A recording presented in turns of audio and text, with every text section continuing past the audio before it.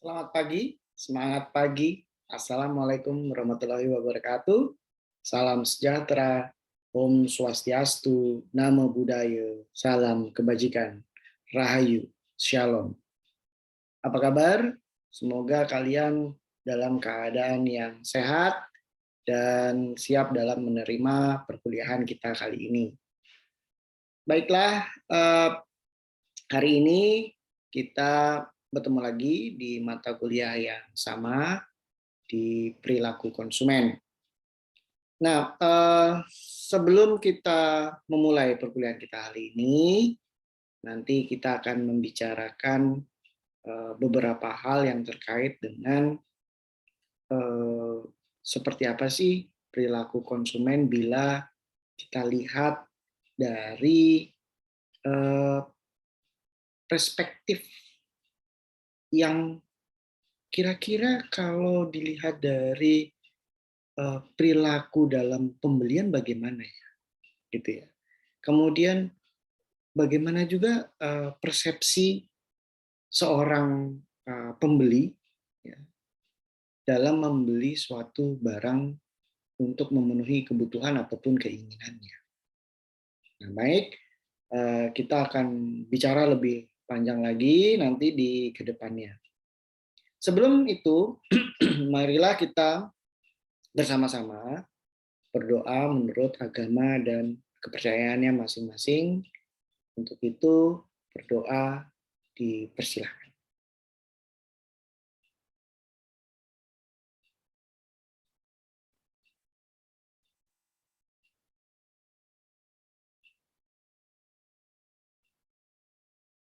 Baiklah, terima kasih. Semoga kalian dalam keadaan yang super prima dan siap dalam menerima perkuliahan kita kali ini. Baiklah, kali ini kita akan bicara tentang apa itu sebetulnya persepsi. Nah, nanti kita akan lihat lebih jauh seperti apa sih persepsi itu, atau yang bagaimana ya yang harus dilakukan oleh pemasar dalam memahami persepsi yang ditangkap oleh masyarakat nih atau konsumen. Baiklah, sesuai dengan capaian pembelajaran mata kuliah kita kali ini, ada 3 topik yang akan kita bahas ya di dalam topik besarnya, yaitu persepsi. Pertama, kita bahas tentang apa itu persepsi konsumen. Nah, kita akan bahas lagi nih ya, atau juga nanti saya akan mengingatkan lagi tentang sebetulnya apa yang ditangkap oleh konsumen ya dalam keseharian dia menerima informasi, baik itu bisa melalui perkataan atau iklan ya. Perkataan maksudnya word of mouth atau buzzing ya, bisa melalui media elektronik, media sosial, jaringan sosial dan lainnya. Kemudian topik yang kedua kita akan membahas tentang implementasi yang seperti apa yang harus dilakukan oleh pemasar dalam menerapkan strateginya dilihat dari persepsi konsumen. Kemudian yang ketiga kita akan membahas sedikit tentang consumer learning atau pembelajaran konsumen. Ini yang seperti apa nih? Ya, nanti kita bahas ada tahapan-tahapannya seperti apa. Dan saya nanti di belakang akan memberikan mungkin sedikit analogi dan kesimpulan. Nah, ini tadi 3 topik besar yang akan kita bahas dalam perkuliahan kita kali ini. Sebelum kita memulai, nah, mudah-mudahan kalian bisa melihat jelas layar monitor yang ada di depan kalian. Mari kita lihat angka berapakah yang ada di depan kalian atau di depan kita bersama. Angka berapakah ini? Boleh dibalik ke kanan, ke kiri, ke atas, ke bawah, atau kalian melihat dengan pandangan yang berbeda? Oke, ini tadi adalah angka yang kalian sebutkan tadi, ya. Semuanya benar, tetapi dilihat dari perspektif saudara sendiri. Baiklah, ini tadi angka sebagai pendahuluan, sebagai reminder kita nanti ke depannya apa sih yang akan kita bahas tentang ya angka ini mungkin, gitu ya. Nah, setelah itu saya mau kembali mengingatkan lagi, kalau tadi sudah ada angka ya, angka ini lebih general sifatnya, tetapi saya akan lebih ke implementatif. Mari kita lihat ada gambar apa ini. Nah, ini ada gambar yang berisi gelas, yang berisi air di dalam gelas. Mari kita lihat perspektifnya. Kalau tadi kita lihat angka, ya ada yang mungkin bicara itu angka 6 atau itu angka 9, atau ada yang melihat angka yang lain di sana. Nah, ini tergantung kita melihat dari sudut pandang mana kita melihat objeknya atau subjeknya. Nah, kalau di depan kita sudah ada gelas berisi air, maka pertanyaannya adalah, apa persepsi kalian? Nah, kalau kita sudah dapatkan persepsi kita, maka apakah sama antara persepsi saudara dengan persepsi saya? Nah, itu pertanyaan besarnya. Mari kita bahas sedikit tentang gelas berisi air ini.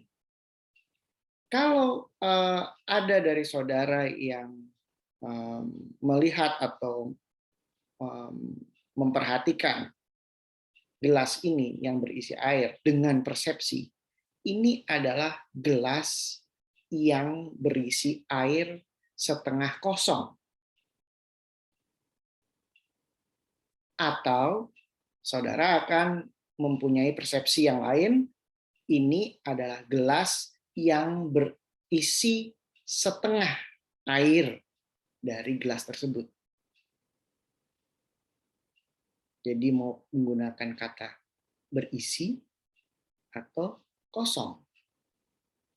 Nah, ini kembali lagi kepada saudara dalam memberikan persepsi. Nah, ini tadi dua gambaran tentang persepsi. Ya, mudah-mudahan kalian lebih mendapatkan lagi apa yang meta berpikir kalian dalam mengacu ke persepsi kalian dalam melihat suatu subjek atau suatu objek. Nah, barulah kita masuk ke dalam perkuliahan kita. Itu tadi gambaran saya tentang persepsi. Mudah-mudahan kalian bisa mendapatkan kesimpulan dari apa yang kalian lihat, apa yang kalian respon dari apa yang saya berikan dalam paparan tadi. Nah, bisa dikatakan secara definisi bahwa persepsi ini adalah proses yang dilakukan individu ini untuk memilih, kemudian untuk juga mengatur, ya, dan juga untuk menafsirkan rangsangan-rangsangan ke dalam gambar yang bisa masuk ke dalam akal kita mengenai tentang hal yang kita lihat di dalam keseharian kita. Nah, kemudian kalau tadi kita bicara tentang persepsi secara general, maka bagaimana dengan persepsi konsumen? Nah, bisa dikatakan bahwa persepsi konsumen ini merupakan suatu proses yang membuat seseorang sebagai konsumen ya, memilih, kemudian mengorganisasikan, juga menginterpretasikan dari rangsangan-rangsangan yang diterima menjadi suatu gambaran yang berarti dan lengkap tentang apa yang dilihatnya. Nah, ya, jadi kembali lagi bahwa ini ada yang dilihat, kemudian kita memberikan respon, kemudian juga kita memberikan tanggapan atau memberikan ya bisa dikatakan apa ya, persepsi. Nah, itu tadi persepsi. Jadi ini tadi bahwa definisi persepsi baik secara umum maupun lebih spesifik ke dalam konsumen, yang bisa dikatakan bahwa persepsi konsumen ini merupakan proses dalam membuat suatu keputusan dari informasi-informasi yang didapat oleh si konsumen ini sebagai individu. Informasinya didapat dari mana? Dari mana saja. Bisa dari pergaulan sehari-hari, dari chit chat ya, atau dari ngobrol bersama teman, ngobrol bersama keluarga atau yang lainnya, atau juga melihat media sosial atau media elektronik, baik itu sifatnya sosialisasi ataupun iklan, atau juga informasi-informasi berita juga ya yang disajikan dalam kehidupan sehari-hari. Ya, inilah tentang persepsi. Kemudian saya ingin menggambarkan tentang stimuli atau hal-hal apa saja yang menstimulus persepsi kita terhadap suatu hal. Pertama, kita akan memberikan respon mungkin ya. Saya sebut pertama adalah respon ya, tapi nanti kita akan bahas lagi tentang respon. Kita lihat respon kita dalam melihat sesuatu. Kemudian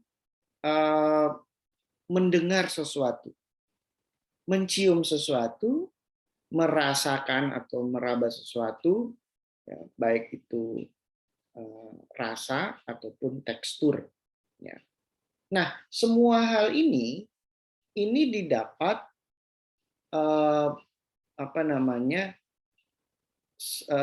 informasi yang didapat adalah sensasi. Sensasi kita melihat, misalnya kalau kita melihat pemandangan yang indah, ini sensasi. Atau sensasi kita mendengar suatu alunan musik yang merdu, atau sensasi bau, baik itu bau maupun wangi, atau sensasi kita menyentuh, merasakan, meraba, gitu kan, kasar, lembut, tajam, halus, ya. Itu sensasi. Sensasi yang diterima oleh akal kita. Kemudian akal kita memberikan informasi ke pikiran kita bahwa ini loh sensasinya. Gitu ya. Nah, kemudian dari sensasi tadi ini yang tadi saya sampaikan, dikirimkan informasinya ke pikiran kita, ke otak kita, sehingga kita mendapatkan informasi-informasi, mengartikan sesuatu. Ketika kita bisa merasakan panas dari api, maka kita mengartikan api itu panas, menyakitkan, dan seterusnya. Atau ketika kita bisa merasakan sesuatu dengan indera pengecap kita, misalnya, oh ini manis, berarti ini saya suka rasanya. Atau oh ini kecut, ini asam, saya tidak suka, dan seterusnya. Nah, ini tadi ketika kita memakai panca indera kita ya untuk mendapatkan sensasi dan kemudian mengartikan di dalam otak kita dan juga mendapatkan persepsi kemudian. Selanjutnya adalah bagaimana kita bisa memperhatikan apa saja yang di dalam sensasi tadi itu yang kita terima. Ya. Misalnya di dalam penglihatan, kita melihat pemandangan yang indah misalnya. Indera penerima kita atau panca indera kita ini memperhatikan dengan sesama. Apa yang diperhatikan misalnya dalam penglihatan? Oh, warnanya. Oh, kemudian apa namanya? Lebih detail lagi.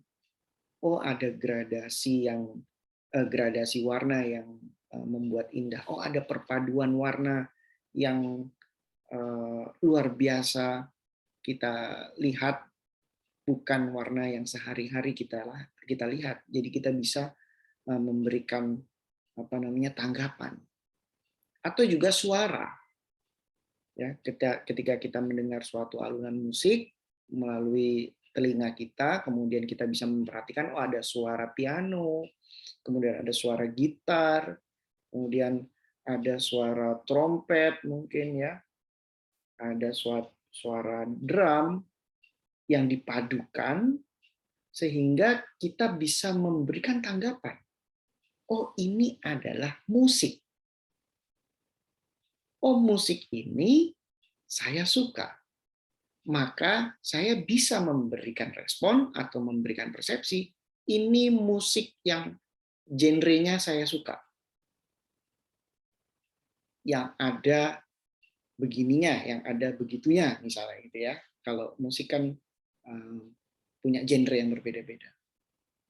Nah, persepsi itu yang kita tangkap. Hal ini dikemukakan oleh Solomon pada waktu itu. Ya, di dalam pembahasan consumer behavior. Nah, ini tadi merupakan bisa dikatakan ya bagaimana proses dari stimuli yang kita dapatkan hingga mendapatkan persepsi bagi kita dalam menangkap suatu informasi. Gitu kira-kira. Nah, di dalam perilaku konsumen ini kan ada proses yang dilalui oleh seseorang atau juga organisasi dalam mencari atau membeli, dalam hal ini menggunakan suatu barang ataupun jasa ya. Kemudian mereka atau seseorang ini mengevaluasi dan membuang produk atau jasa setelah dikonsumsi. Kalau kita sebut barangnya makanan gitu ya, atau jasanya jasa apa ya, pasti kita sudah tidak menggunakan lagi ya. Kalau jasa tuh sangat berbeda dengan barang. Nah, kita ambil contoh misalnya makanan. Setelah kita mengkonsumsi maka kita akan buang sampahnya dan otomatis kita memenuhi kebutuhan kita untuk makan misalnya, atau keinginan kita untuk makan. Nah, perilaku konsumen akan diperlihatkan dalam beberapa tahap. Jadi ada ya beberapa tahap sebelum konsumen itu melakukan suatu keputusan pembelian. Nah, tahap sebelum pembelian, ya, kemudian setelah pembelian, ini benar-benar menunjukkan proses adanya tadi informasi yang ditangkap, yang diperhatikan oleh konsumen, kemudian menjadi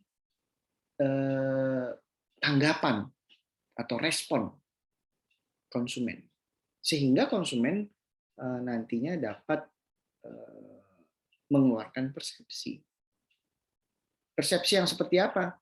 Persepsi yang bisa membuat dirinya memutuskan apakah saya perlu membeli produk ini kembali atau tidak. Ya, kalau tadi kita sebut makanan ya, setelah kita konsumsi, apakah kita menyukai, menyenangi, atau kita membutuhkan atau tidak membutuhkan lagi. Nah, disitulah proses di mana si konsumen tadi memutuskan saya akan beli lagi atau tidak. Nah, jadi kita tahu bahwa konsumen ini dapat merupakan suatu individu ya, seseorang atau juga organisasi yang mereka memiliki peran yang berbeda dalam perilaku konsumsi. Nah, mereka mungkin bisa berperan sebagai inisiator atau juga sebagai influencer, ya. Yang pasti buyer atau payer ya, atau juga bisa dikatakan sebagai user dari barang ataupun jasa yang kita tawarkan. Nah, dalam upaya untuk memahami konsumennya, kita sebagai pemasar ini harus bisa memenuhi kebutuhan dan keinginan konsumen. Perusahaan ini dapat menggolongkan konsumennya ke dalam kelompok yang memiliki kemiripan tertentu, ya, baik bisa melalui secara geografis, ya, demografis, atau psikografis, atau juga berdasarkan perilaku. Nah, ini sudah kita bahas ya di pertemuan yang sebelumnya. Nah, ini tadi tentang perilaku konsumen kalau kita lihat dari persepsinya seperti apa, atau proses terjadinya persepsi itu seperti apa. Nah, kita lanjut bahwa di dalam pembahasan persepsi kali ini ada yang namanya relevansi persepsi terhadap strategi pemasaran. Nah, ini yang seperti apa nih strategi pemasaran seperti ini? Nah, di dalam persepsi, penampilan produk, kemudian juga prasangka pembeli, kemudian kesan pertama pembeli, dan juga citra merek, citra toko, juga citra perusahaan, ini sangat berpengaruh di dalam persepsi atau di dalam strategi apa yang akan dilakukan guna mendapatkan persepsi dari konsumen. Nah, di dalam persepsi ini, ya, kita harus bisa men-setting up persepsi konsumen, baik dari penampilan produk kita, bisa dilihat dari kemasannya, atau juga bisa dilihat dari kualitasnya, ya, atau juga bisa dilihat dari rasa yang membedakan dengan produk lain. Tetapi penampilan produk awal, baik itu isi dari produk ataupun kemasan produk, ini menentukan persepsi pembeli atau konsumen. Beda halnya dengan mungkin produk jasa. Ya, kalau tadi saya sampaikan produk barang, produk jasa. Kalau produk jasa itu mulai ditawarkan, mulai dirasakan, itu sudah membeli. Bahkan bisa dikatakan begini, belum membeli jasanya pun kita sudah bisa merasakan jasa yang ditawarkan atau aura dari penawaran yang diberikan oleh para pemasar atau perusahaan tertentu. Nah, itu kira-kira penampilan produk. Ini saya agak mudah-mudahan kalian tidak terlalu bingung ya antara produk barang dan produk jasa. Nah, kemudian prasangka beli. Nah, prasangka beli itu apa? Nah, prasangka beli itu adalah bagaimana kita menciptakan informasi untuk bisa menciptakan prasangka yang baik untuk konsumen, untuk bisa atau untuk dapat membeli barang ataupun jasa yang kita tawarkan. Jadi kita push nih konsumen supaya dia mau beli, gitu ya. Jangan sampai informasi yang kita sampaikan ini salah, gitu. Maka pembeli nanti bisa prasangkanya menjadi beda, gitu ya. Nah, ini karena kita akan memberikan informasi kepada konsumen, jadi jangan salah memberikan informasi atau jangan kurang memberikan informasi. Nanti di ujungnya kalau kita kurang atau kita salah memberikan informasi, maka persepsinya juga akan menjadi berbeda, gitu ya. Tidak sesuai dengan apa yang kita inginkan sebagai pemasar. Nah, kemudian kesan pertama dalam membeli. Tadi juga sudah saya gambarkan ya. Ketika pertama kali membeli, ini langsung dirasakan. Apakah rasanya enak, ya? Apakah rasanya sesuai dengan apa yang diinginkan, apakah rasanya sesuai dengan janji-janji yang ada di iklan atau reklame. Sebagai informasi awal, ketika kita membeli dan merasakan, apakah ini sesuai atau tidak. Sama halnya dengan jasa. Ketika ditawarkan, oh jasanya akan cepat, kemudian penanganannya cepat, sampai jasanya juga diberikan dengan profesional. Apakah ketika kita membeli jasa tersebut juga sama dengan apa yang diiklankan?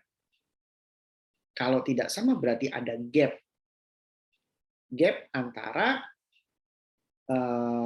pembeli dengan penjual, atau dengan perusahaan dan juga dengan konsumen, ya.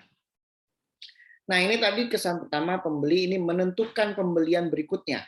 Apakah dia benar-benar membutuhkan produk ini? Biasanya kalau memang membutuhkan, ini mau tidak mau dia harus beli kembali ya, dia harus melakukan pembelian ulang apabila tidak ada barang substitusinya. Tetapi kalau dia menginginkan barang ini, berarti barang ini harus istimewa. Istimewa dalam arti lebih dibandingkan produk yang lain, sehingga nilai dari produk yang kita tawarkan ini istimewa. Nah, karena istimewa berarti kita lebih unggul dibandingkan produk atau barang jasa yang ditawarkan oleh para pesaing. Maka hal ini menjadi keuntungan buat kita, gitu ya. Nah, kemudian juga di dalam relevansi persepsi dengan strategi pemasaran, kita juga harus lihat penguatan citra atau brand image kita, atau citra merek kita. Kalau brand image kita adalah suatu barang yang bisa dikatakan high quality, maka yang bisa kita lakukan adalah harus memberikan kepuasan terhadap pelanggan secara optimal. Jadi tidak boleh asal-asalan dalam melayani pelanggan. Kalau kita mengklaim bahwa barang kita adalah barang yang high quality. Nah, dengan demikian nanti kalau kita menyebutkan merek dagang kita, maka mereka sudah tahu nih, oh itu udah bagus deh pasti. Seperti halnya misalnya saya contohkan di produk telekomunikasi. Kalau kita menyebutkan, oh Apple, nah udah beda tuh sama yang produk yang lain seperti Samsung ataupun yang lainnya. Ini biasanya Samsung dengan Apple head to head ya, tapi ternyata tidak demikian. Apple lebih mengembangkan ekosistemnya, Tetapi kalau Samsung mengedepankan kualitas dan spesifikasi dari teknologinya. Jadi beda. Tetapi begitu kita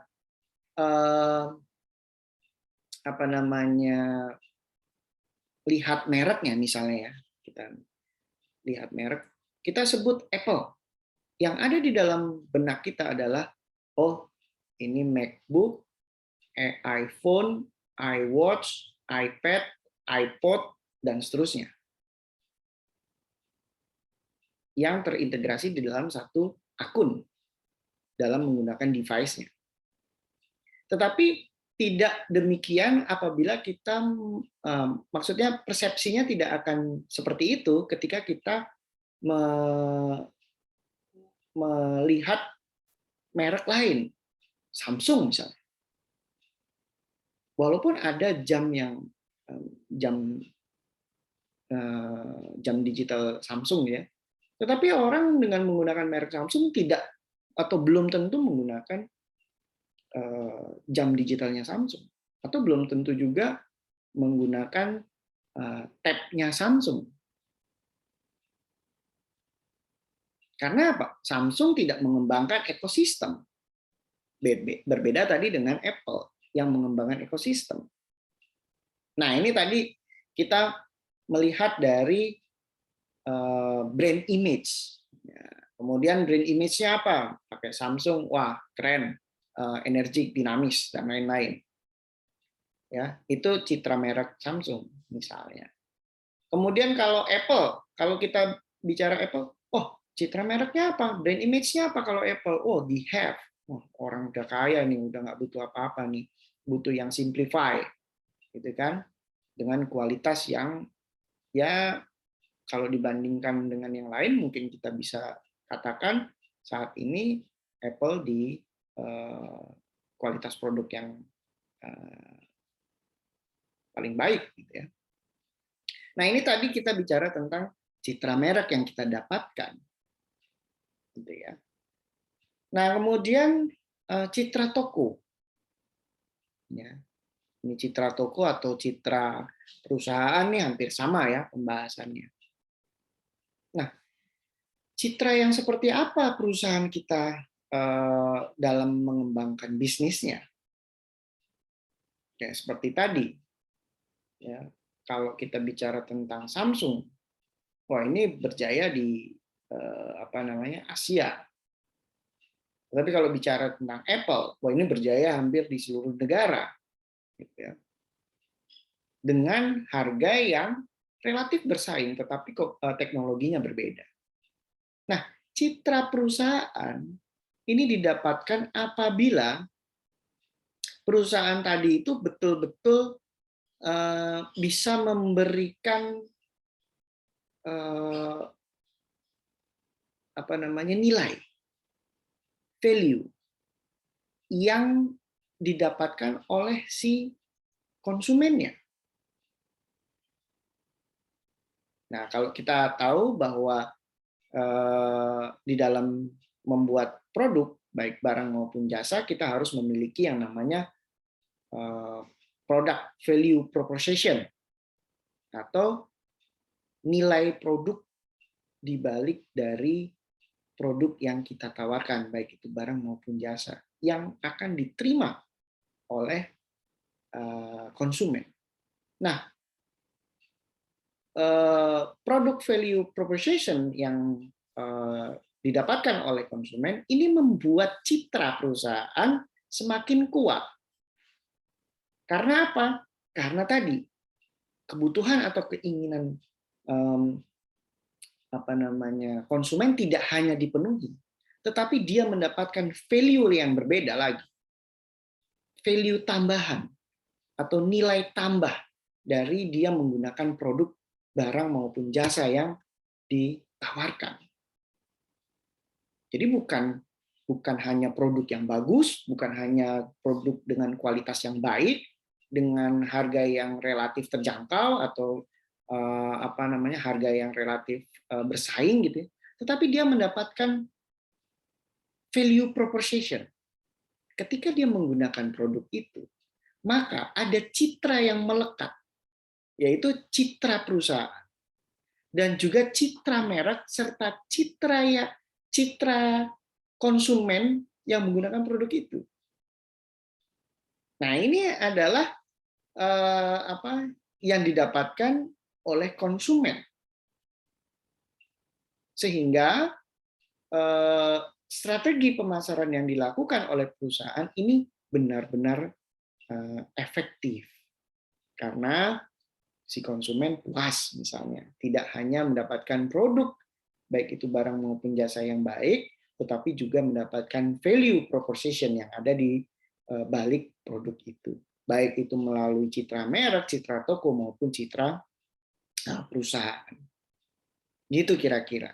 Nah, kemudian ketika kita bicara persepsi, nah persepsi adalah suatu proses memilih, mengatur dan menginterpretasikan informasi mengenai suatu produk, barang maupun jasa oleh konsumen. Tidak hanya terjadi dalam bentuk rangsangan fisik, tetapi juga dipengaruhi oleh kondisi pemasaran yang ada. Konsumen cenderung untuk membentuk citra terhadap merek. Kemudian diikuti dengan citra toko, citra perusahaan yang didasarkan pada intervensi mereka yang diperoleh dari stimuli pemasaran yang dilakukan. Tadi yang sebelumnya. Sehingga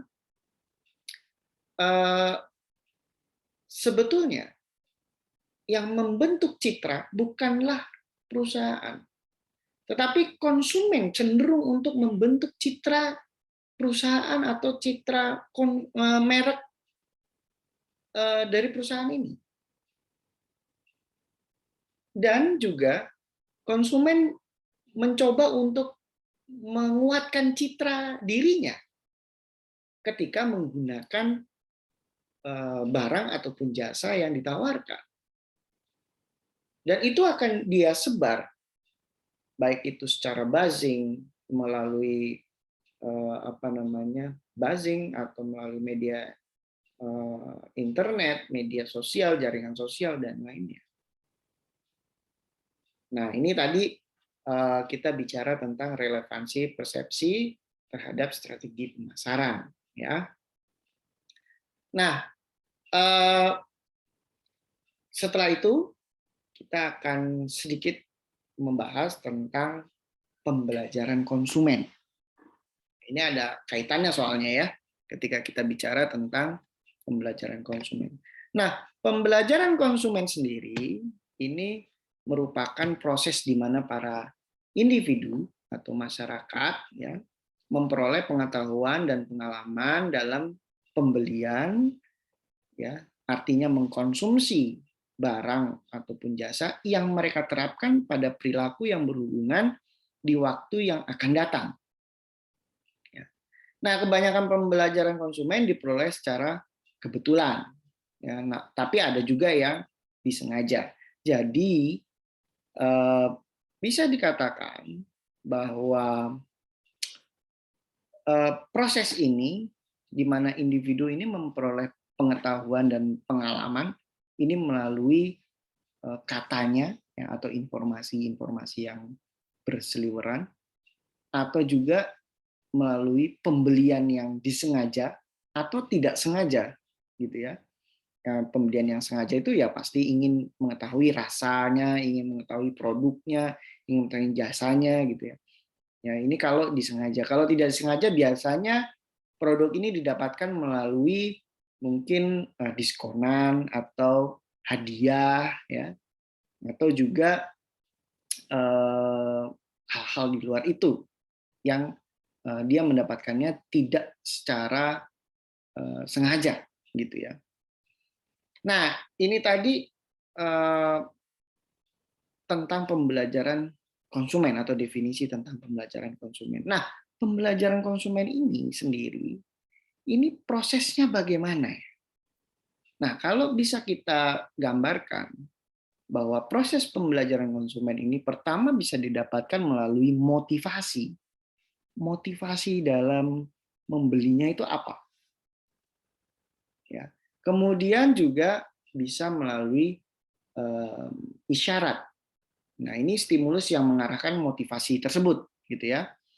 Kalau motivasi kan daya dorong dalam konsumen, ya, dalam suatu perilaku pembelian yang muncul karena adanya kebutuhan ataupun keinginan dari si konsumen tadi. Tapi kalau isyarat ini apa ya, stimulus atau pendorong yang mengarahkan motivasi tersebut. Kemudian ada juga yang namanya respon. Nah, ini reaksi ya, reaksi dari si konsumen ini terhadap apa yang dimotivasikan, gitu ya. Nah, kemudian ada yang namanya pendorong atau penguat atau dalam bahasa asingnya reinforcement. Gitu.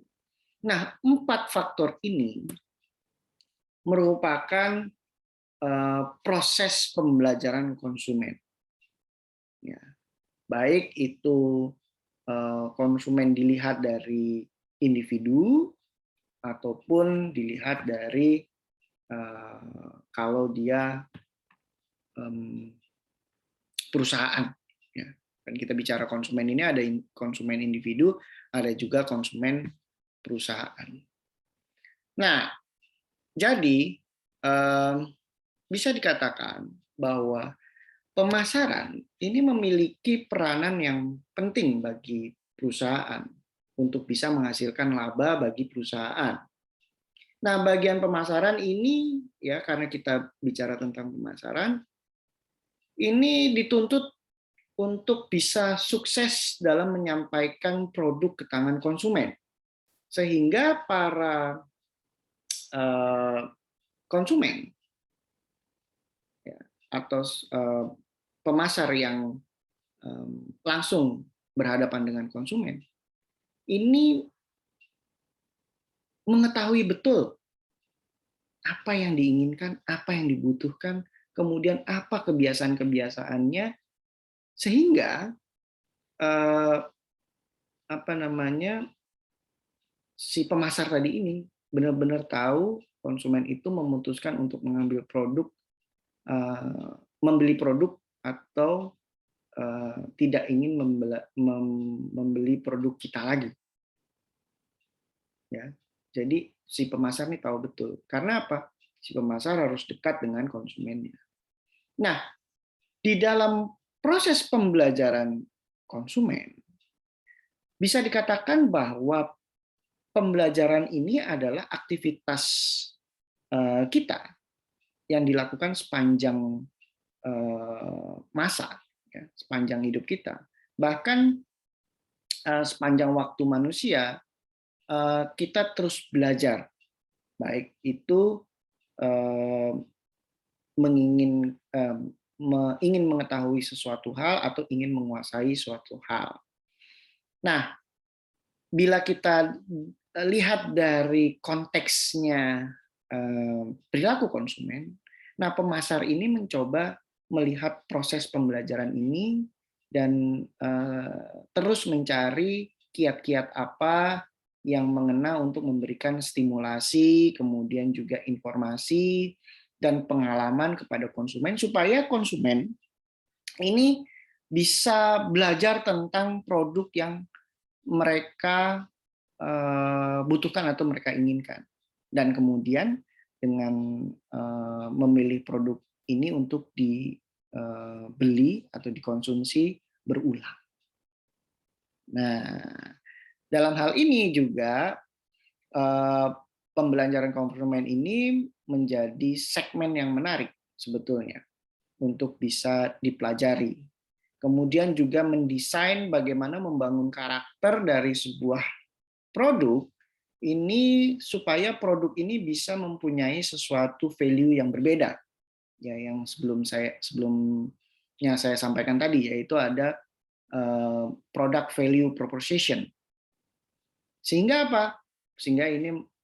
Sehingga produk ini berbeda dengan produk-produk pesaing lainnya. Dan hal ini bukan pekerjaan yang mudah ya untuk para pemasar agar bisa menyampaikan ini tadi, bisa menyampaikan ingatan, bisa menyampaikan informasi-informasi yang penting di dalam ingatannya konsumen.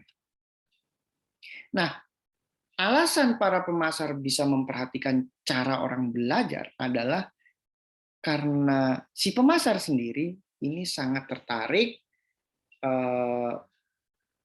ingin mempelajari perilaku dari konsumennya.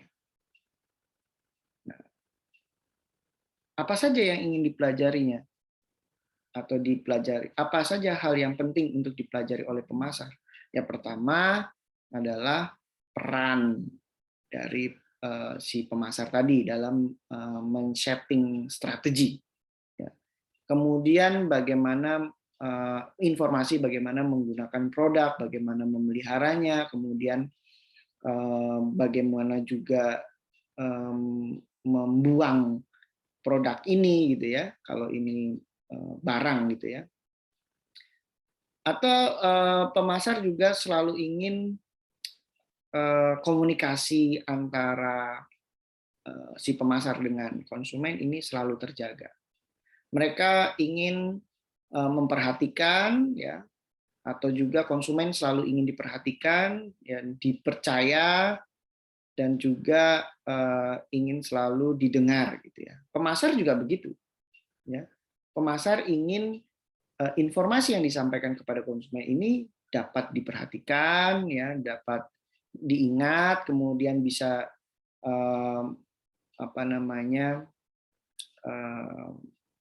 memiliki kepercayaan dari konsumen, dan juga ada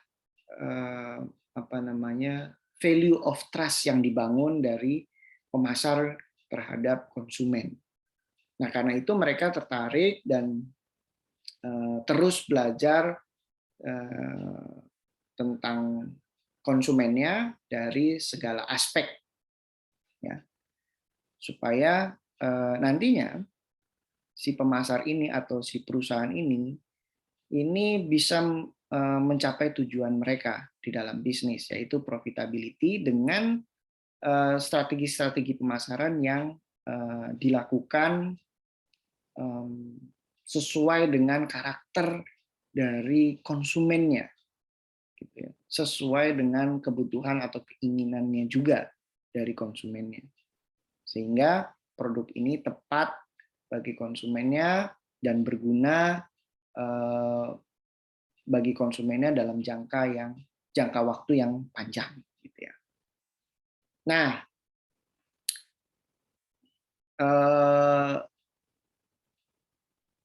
kemudian di dalam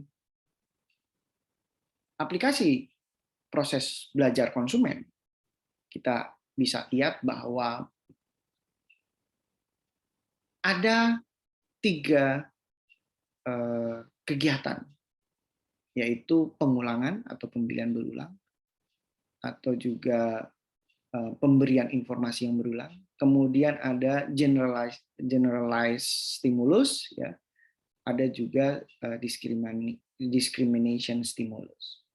Nah, kalau pengulang ini merupakan proses di mana menyampaikan pesan ya atau informasi kepada konsumen secara terus-menerus, secara sustainable, dengan frekuensi yang berkali-kali, mungkin tinggi. Semakin sering kita mengingatkan, maka konsumen akan semakin ingat. Kemudian ada generalized stimulus, yaitu kemampuan untuk berinteraksi sampai terhadap stimulus yang berbeda, gitu ya. Nah, yang kemudian ada yang namanya diskriminasi stimulus. Ini merupakan kebalikan dari generalization stimulus, gitu ya, atau kebalikan dari kemampuan untuk berinteraksi sampai terhadap stimulus yang berbeda. Nah, ini aplikasi proses belajar. Nah, baiklah, dari sini saya akan memberikan sedikit gambaran sebelum kita mengakhiri paparan saya. Jadi bisa dikatakan bahwa memahami perilaku konsumen ini sangat penting bagi bisnis untuk menemukan kesuksesan produknya saat dalam menjual barang maupun jasanya. Nah, setiap konsumen memiliki proses berpikir dan sikap yang berbeda dalam membeli produk tertentu. Persepsi konsumen terhadap suatu produk akan menjadi pertimbangan konsumen dalam menentukan pilihan produk mana yang akan dibeli.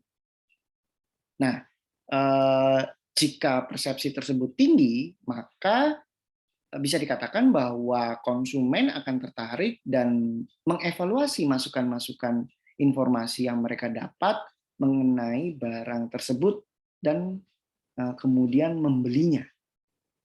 Ya, tidak hanya sekali tetapi berulang. Nah, dengan mempelajari dan memahami perilaku konsumen, kita sebagai pemasar akan lebih mudah dalam menentukan kebijakan yang tepat dan juga bisa dikatakan efisien. Sedangkan perilaku konsumen juga penting untuk kita ketahui, untuk mengetahui, mengikuti juga perkembangan penjualan dan perdagangan saat ini, yang lebih banyak menawarkan produk dibandingkan jumlah permintaannya. Kalau boleh saya garis bawahi bahwa perilaku konsumen akan diperlihatkan dalam beberapa tahap, ya, yaitu tahap sebelum pembelian, kemudian pada saat pembelian, dan juga setelah pembelian. Pada tahap sebelum pembelian, konsumen akan melakukan pencarian informasi. Nah, ini dia akan cari-cari iklan, cari-cari informasi, googling, dan segala macam tentang produk tertentu. Misalnya, kalau kita tahu bahwa kita banyak banget produk skincare yang baru, nah ini kan apa bedanya produk skincare yang satu dengan yang lainnya? Kan pasti akan punya perbedaan ya, ingredients atau kandungan apa saja yang ada di dalam skincare tersebut misalnya. Nah, kemudian pada tahap pembelian, ketika dia sudah mencari informasi, pada tahap pembelian konsumen ini akan melakukan pembelian produk dan juga akan juga langsung mengkonsumsi biasanya atau menggunakan produk ya. Nah, setelah mengkonsumsi dia akan melihat nih, kira-kira si konsumen ini akan mengevaluasi, kira-kira nih apa ya yang terjadi sama saya? Apakah saya diuntungkan, apakah sesuai dengan janjinya atau tidak? Dan akhirnya setelah produknya habis gitu ya, kan kalau skincare kan pasti ada tempatnya, ini harus dibuang. Nah, dibuangnya kemana, bagaimana membuangnya, ini juga sebaiknya pemasar memberikan instruksi-instruksi yang jelas terhadap konsumen. Karena kita tahu kayak seperti kalau kita menggunakan baterai ya, ini kan tidak bisa dibuang sembarangan, gitu ya. Kalau dia dibuang sembarangan atau terbakar atau kena panas tertentu, dia akan meledak, dan kalau meledak itu bisa membahayakan. Nah, informasi-informasi ini yang harus disampaikan kepada konsumen. Jangan sampai konsumen setelah membeli, menggunakan, dan mengevaluasi, kemudian mau membuang barangnya karena sudah habis, mereka salah men-treat-nya atau salah berperilaku, gitu ya.